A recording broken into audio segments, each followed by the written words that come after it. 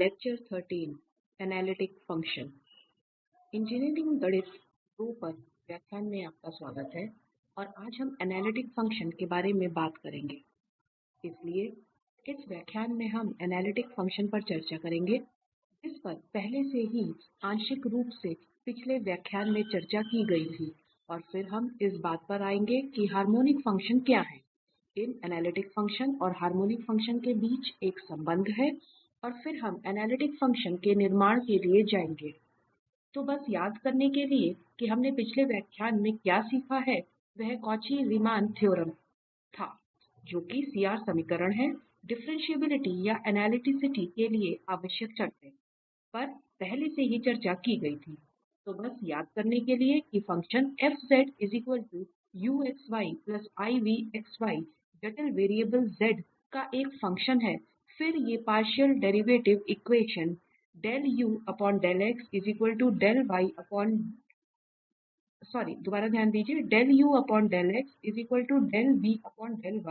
है, और यहाँ हमारे पास ∂u∂y -∂v∂x है। तो इन समीकरणों को कॉची रीमान समीकरण कहा जाता है।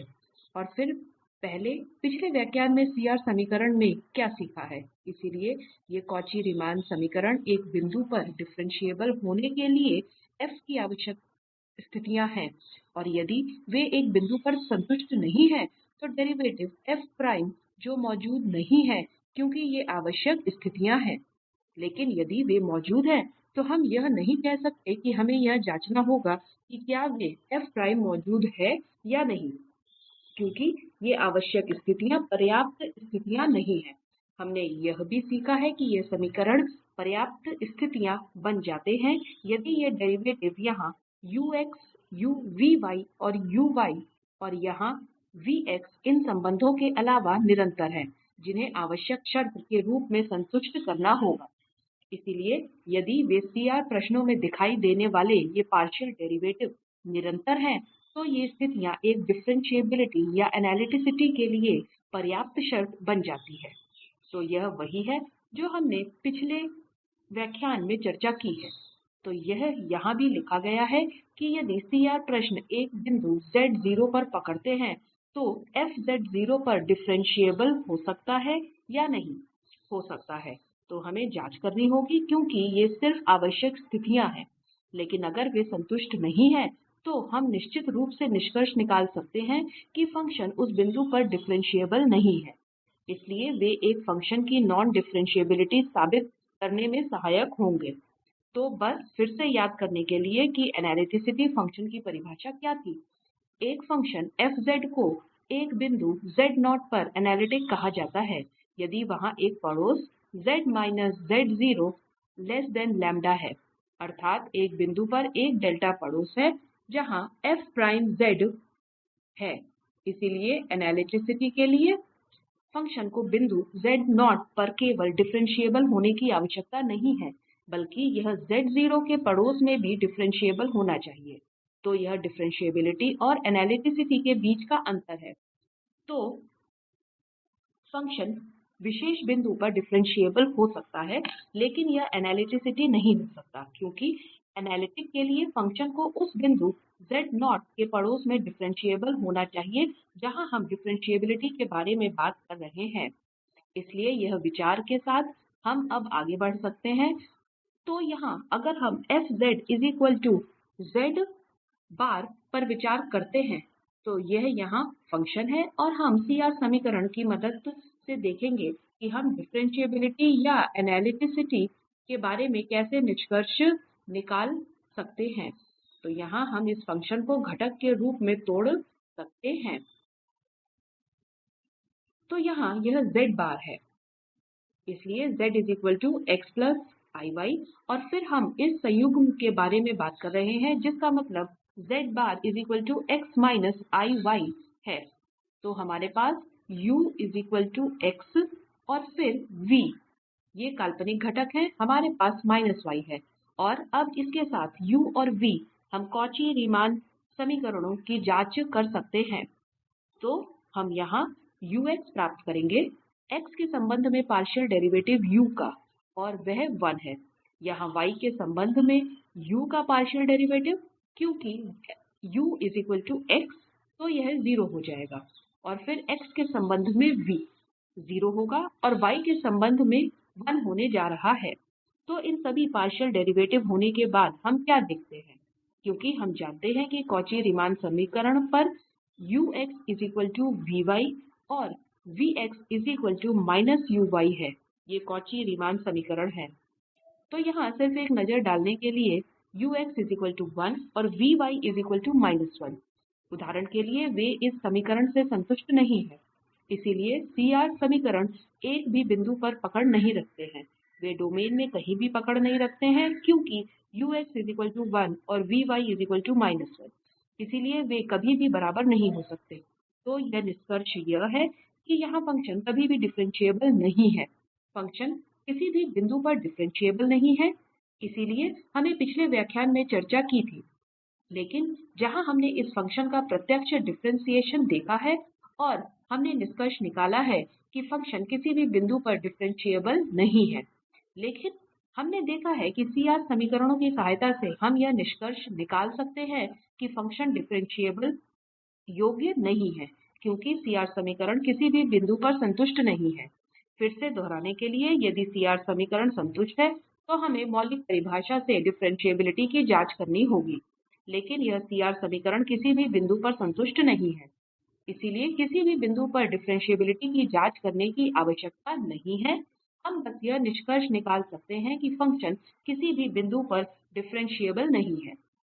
तो अगले उदाहरण पर आते हैं, जहां हम फिर से देखेंगे कि फ़ंक्शन z रियल z है। तो जो हम लिख सकते हैं, इसलिए z x iy, और फिर हमारे पास वास्तविक z के लिए x है। तो फिर से हम u और v में तोड़ सकते हैं। तो और xy तो फिर से हम इन पहले ऑर्डर पार्शियल डेरिवेटिव की गणना कर सकते हैं, जिसका अर्थ ux 2x और uy 0 है, क्योंकि यह का कार्य है। और जब हमारे पास vx 0 और vy 0 है, तो ये पार्शियल डेरिवेटिव है। तो अगर आप CR समीकरणों के पहले दो समीकरण को देखते हैं, जो कि ux 2x और vy x है, वे किसी भी बिंदु के लिए बराबर नहीं हैं।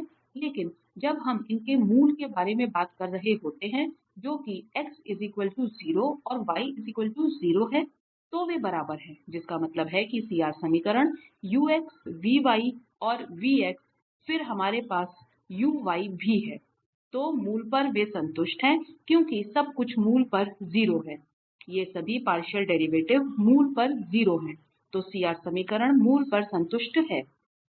तो CR समीकरण किसी अन्य बिंदु पर नहीं होते हैं, सिवाय z 0 के। तो यह वह बिंदु है जिस पर यहां चर्चा की जानी है। इसके अलावा यहाँ 0 और 2x है, और वहां हमारे पास x है, और यहाँ भी 0 और y भी है। इसलिए यदि हम किसी अन्य बिंदु 0 को लेते हैं, तो मूल CR समीकरण संतुष्ट नहीं होगा। तो हम यहाँ क्या निष्कर्ष निकाल सकते हैं कि z 0 पर फ़ंक्शन डिफरेंशिएबल हो सकता है या नहीं हो सकता है। हम नहीं जानते कि आवश्यक स्थितियां 0 पर संतुष्ट हैं, लेकिन उत्पत्ति के अलावा किसी भी अन्य बिंदु पर निश्चित रूप से हम जानते हैं कि फ़ंक्शन डिफरेंशिएबल नहीं है, क्योंकि यहाँ समीकरण संतुष्ट नहीं है।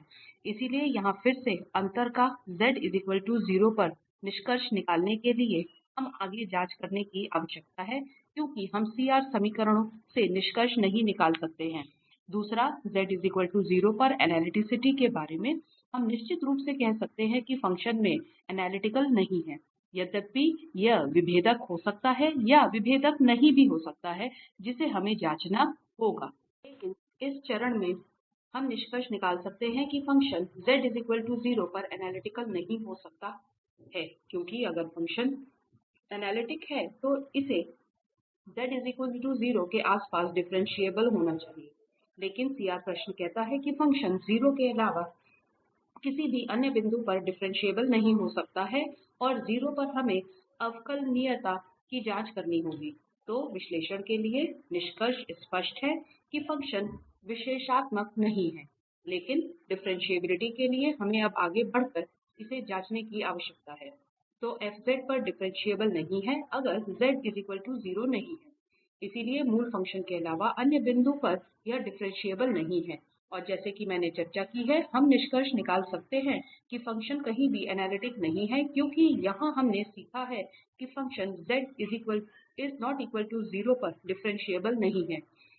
तो इसका 0 पर एक डेरिवेटिव हो सकता है या नहीं भी हो सकता है, क्योंकि आवश्यक स्थितियां संतुष्ट हैं। तो हम मौलिक परिभाषा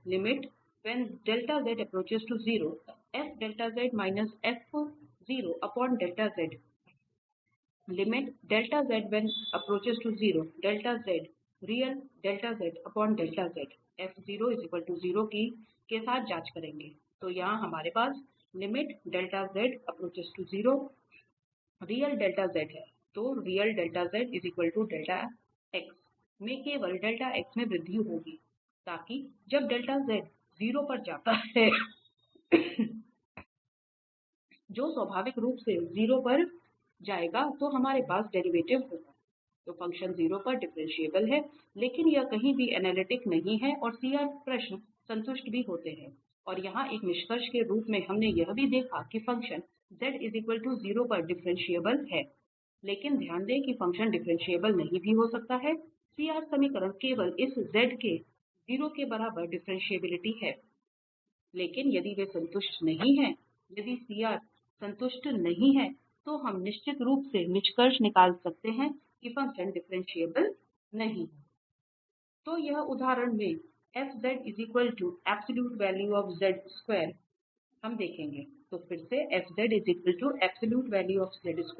हम इसे वास्तविक और काल्पनिक भाग में तोड़ सकते हैं। तो यह हमारे पास है, क्योंकि z का पूर्ण मान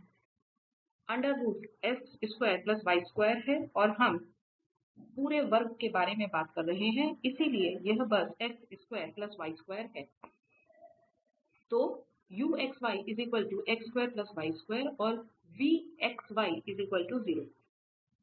यहाँ कोई काल्पनिक हिस्सा नहीं है। तो और तो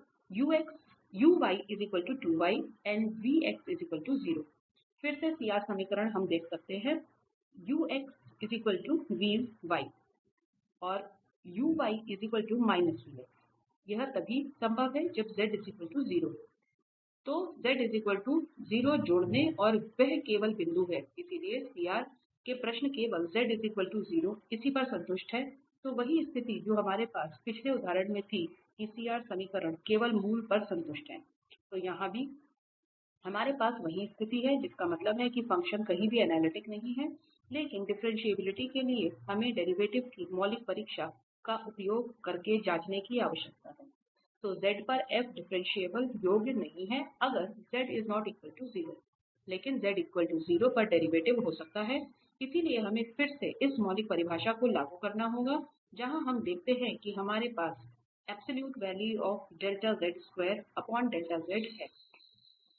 तो यह निरपेक्ष वैल्यू है। हम लिख सकते हैं, हमने इसे पहले ही सीखा है। और फिर रद्द हो जाएगा और हमारे पास है और की सीमा 0 पर जाती है। यह संयुग्म भी 0 पर जाएगा। तो हमारे पास फिर से इस समस्या में है, z का डेरिवेटिव 0 के बराबर है। लेकिन चूंकि फ़ंक्शन केवल एक बिंदु पर डिफरेंशिएबल है, लेकिन एनालिटिसिटी के लिए हमें एक पड़ोस की आवश्यकता है जहां फ़ंक्शन डिफरेंशिएबल होना चाहिए। तो यहाँ हम फिर से कह सकते हैं कि फ़ंक्शन कहीं भी एनालिटिक नहीं है, लेकिन यह z 0 पर डिफरेंशिएबल है। यहाँ उदाहरण जहां हमारे पास है, तो हम इस मामले में और है। तो हम प्राप्त कर सकते हैं। इसलिए इस दिए गए फ़ंक्शन z के संबंध में पार्शियल डेरिवेटिव हमें इस मौलिक परिभाषा को लागू करना होगा, क्योंकि यह आसान होगा। तो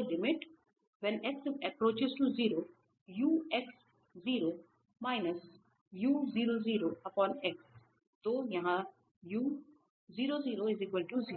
और इसके बाद y 0 से और उत्पाद u में है तो यह भी 0 होने जा रहा है तो इस 0 0 पर पार्शियल डेरिवेटिव 0 होने जा रहा है y के संबंध में u का पार्शियल डेरिवेटिव फिर से 0 पर हम गणना करना चाहते हैं इसलिए यह 0 होने जा रहा है और यहाँ फिर से 0 होने जा रहा है तो हमारे पास फिर से 0 होगा और v सिर्फ एक स्थिर 0 था तो 0 है और भी 0 है तो 0 0 हम डेरिवेटिव के बारे में पूरी स्थिति जानते हैं और हम यहाँ फिर से क्या देखते हैं कि CR समीकरण मूल पर संतुष्ट है CR समीकरण मूल पर संतुष्ट है और फिर हम आगे बढ़ते हैं तो डिफ्रेंटिएबिलिटी के लिए हम z 0 पर इसकी डिफ्रेंटिएबिलिटी की जांच करना चाहते हैं हमें लिमिट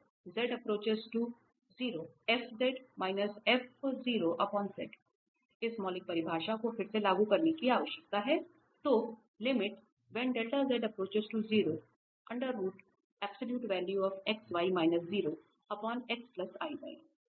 इसलिए हम पथ के साथ एक रास्ता लेते हैं इसलिए हमने उस मार्ग को तय कर दिया है जो इन रास्तों के साथ इस 0 के पास पहुंच रहे हैं जो सीधी रेखाएं हैं और अब हमारे पास यह सीमा है जो कम हो जाएगी क्योंकि है तो y भी 0 के लिए जा रहा है जब x भी 0 के लिए जा रहा है और फिर लिमिट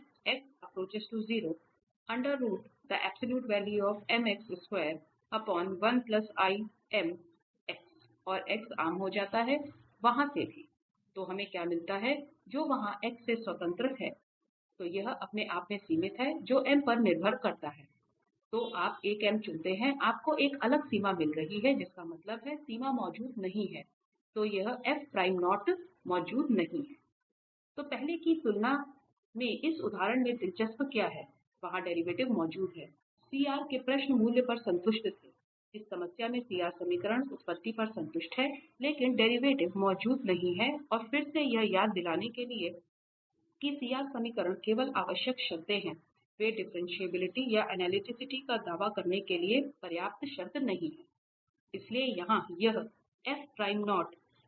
मौजूद नहीं है हालांकि CR समीकरण संतुष्ट है जो एक आश्चर्यजनक परिणाम नहीं है जो ठीक है हो सकता है या नहीं हो सकता है लेकिन मूल पर डिफरेंशिएबल नहीं है ये सभी CR समीकरण मूल पर संतुष्ट हैं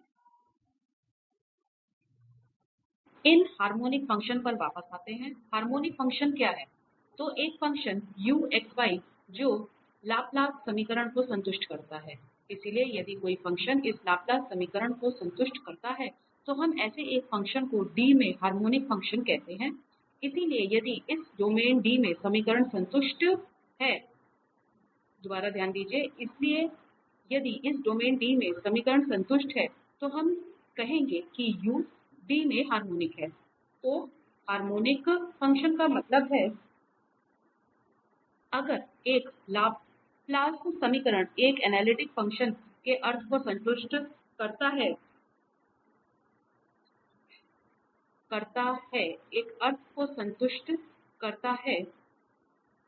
तो हम उसको इस थ्योरम में बताएंगे यदि यह एनालिटिक डोमेन D में तो उसके घटक u और v इस फंक्शन को लाप्लास समीकरण को संतुष्ट करेंगे अगर यह एनालिटिक है तो यह u और v हार्मोनिक है जो एनालिटिसिटी और इस हार्मोनिक कार्यों के बीच संबंध है तो इसका मतलब यदि एनालिटिक है तो यह समीकरण और भी संतुष्ट है आपको सबूत का स्केच देने के लिए विस्तृत औपचारिक सबूत नहीं लेकिन इससे हम कुछ विचार प्राप्त करेंगे लेकिन हमने इस लाप्लास समीकरण को लिया है लाप्लास समीकरण के बाएं हाथ पे यह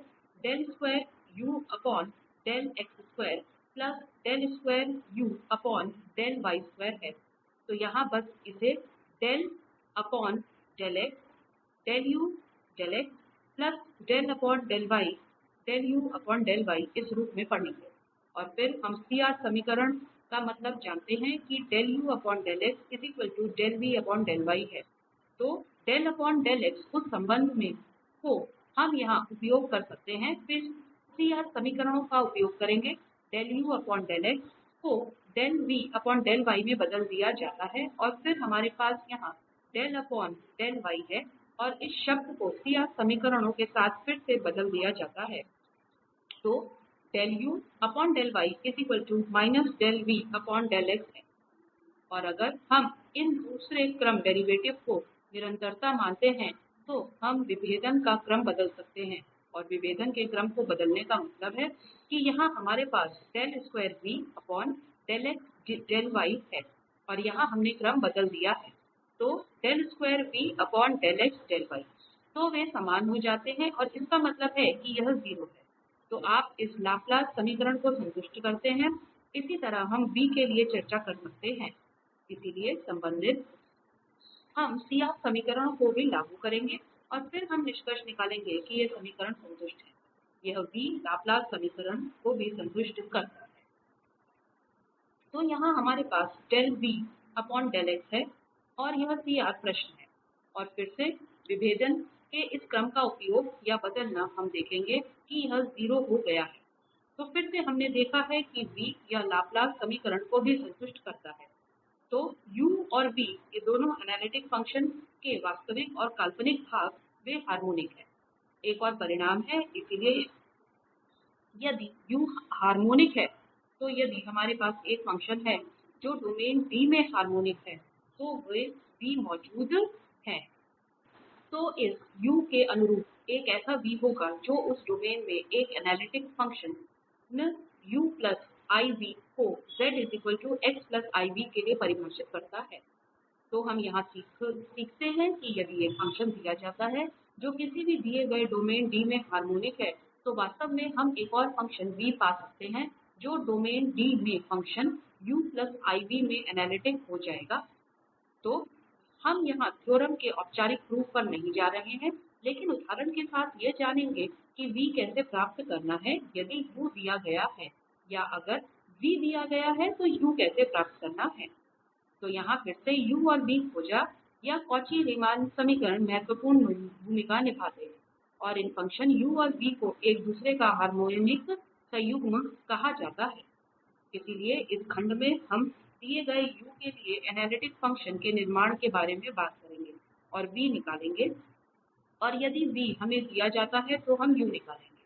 तो यहाँ हम दिखाएंगे कि फ़ंक्शन u दिया गया है, हार्मोनिक है, और फिर वे हम v पाएंगे कि यह u प्लस iv एनालिटिक है।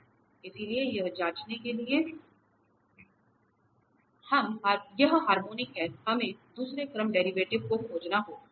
इसलिए मैं डिटेल में नहीं जाऊंगा, हमने पहले ही चर्चा की है कि पार्शियल डेरिवेटिव को कैसे खोजा जाए। तो यहाँ पहला ऑर्डर पार्शियल डेरिवेटिव इस रूप में दिया जाता है, और एक बार फिर इस u के पार्शियल डेरिवेटिव को हम फिर से इससे x के संबंध में अलग कर सकते हैं। तो वहाँ आपके पास उत्पाद उपकरण यहाँ और एक स्थान पर वास्तव में। इसलिए अन्य दो मामलों में हमारे पास केवल x का एक फंक्शन है। तो हम दूसरे क्रम के इन पार्शियल डेरिवेटिव को प्राप्त कर सकते हैं, और इसी तरह हम प्राप्त कर सकते हैं।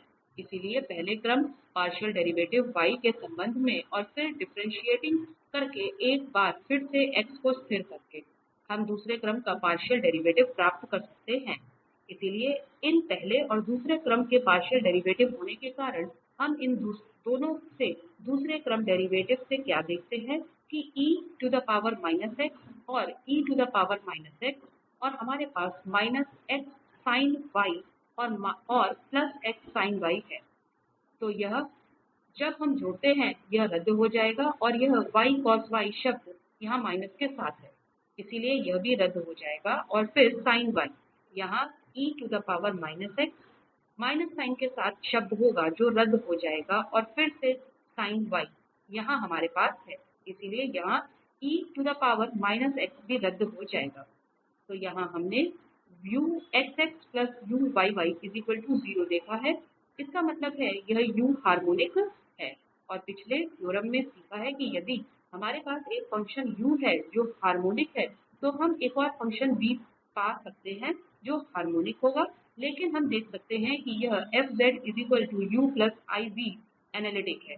तो हम अब एक और फंक्शन v पाएंगे ताकि यह एनालिटिक हो जाए। तो उस प्रक्रिया को दूसरे फ़ंक्शन को कैसे खोजें, हम अब यहाँ समझेंगे। इसलिए हम पिछली स्लाइड से हमारे पास ये दो क्रम के डेरिवेटिव हैं और तो CR समीकरणों का उपयोग करके हम जानते हैं कि CR समीकरण कहता है। तो यह पहले से दिया गया है, तो हम इसे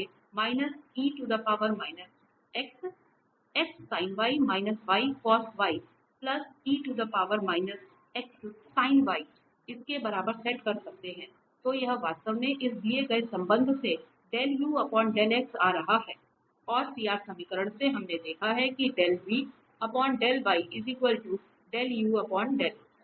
तो इसलिए अब हमारे पास CR समीकरण से है जो यहाँ इस अभिव्यक्ति के बराबर है। तो जिसे हम अब v के संभावित रूप खोजने के लिए एकीकरण कर सकते हैं। इसलिए यहां जाने से पहले हम एक और CR समीकरण का उपयोग करेंगे जो कहलाता है।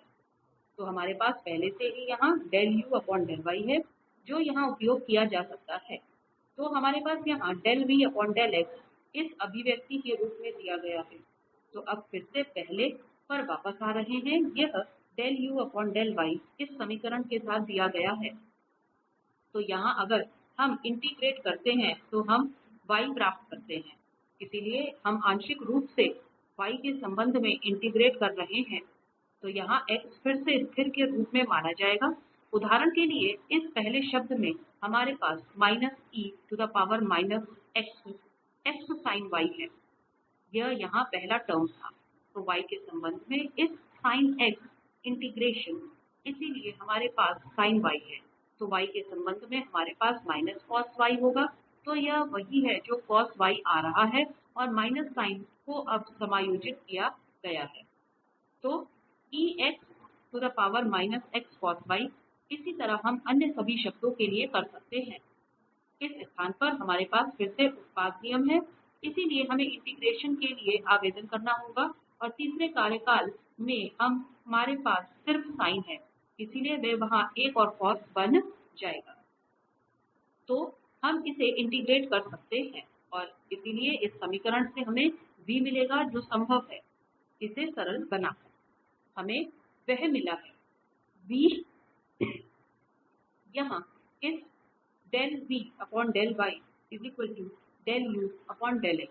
समीकरण से आ रहा है।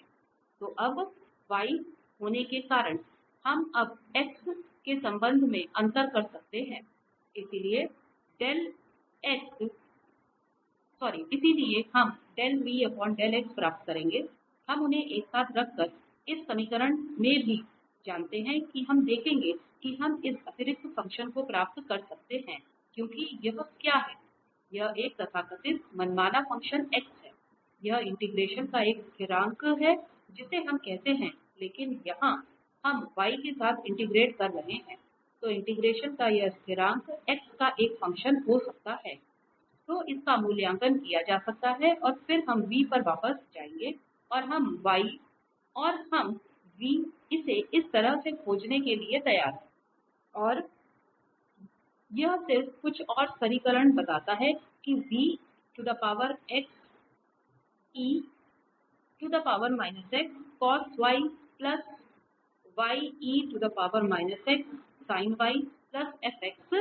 है।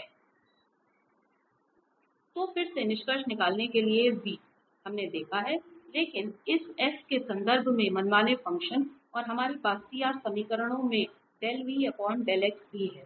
तो इस y से हम इसकी गणना कर सकते हैं। तो यहाँ दिया गया है और यह दिखाई देगा और यह हम सरल कर सकते हैं। तो हमारे पास यह अभिव्यक्ति है और हम इसके बराबर सेट कर सकते हैं क्योंकि यह भी है। तो इन दोनों को समान होना चाहिए। और इसके बाद हम तुरंत देखेंगे कि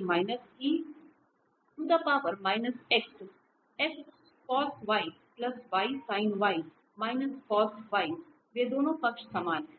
तो यह तो इसका मतलब है कि यह एक स्थिर है, क्योंकि इसका मतलब है कि f स्थिर है, f x पर निर्भर नहीं है। यही वह समीकरण है जो यहां बता रहा है। तो कांस्टेंट वहां, और हम जानते हैं कि v यहां दिया गया है। इसलिए यदि हम इसे एक स्थिरांक के रूप में रखते हैं तो हमें v अभिव्यक्ति मिली। तो यह स्थिरांक कुछ भी हो सकता है, या तो 0 या 1 2 3, कुछ भी, या किसी भी जटिल संख्या को इसके लिए चुना जा सकता है। इसलिए दिए गए u, पहले हमने इस u पर जांच की है कि यह एक हार्मोनिक फंक्शन है, और फिर हमने CR समीकरणों का उपयोग किया है। हम यह भी पाने में सक्षम हैं कि यह एक एनालिटिक फंक्शन बन जाएगा। तो एक और उदाहरण जहां u दिया गया है और हम यह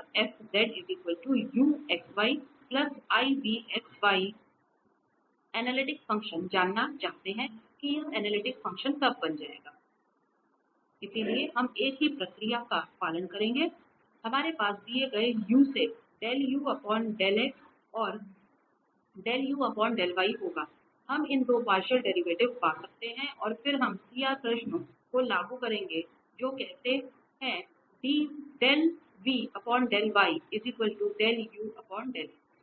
और पहले से ही दिया गया है। और दूसरे CR समीकरण से हम बस लिख सकते हैं कि यह माइनस साइन के साथ 6xy है, लेकिन यहाँ माइनस साइन है। तो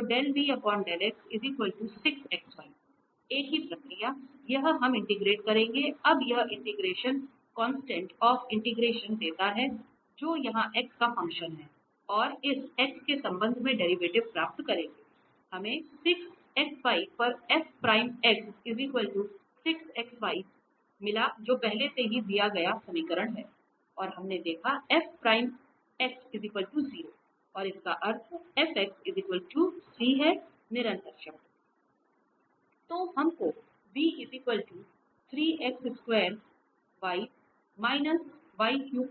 मिल गया है। तो हमारे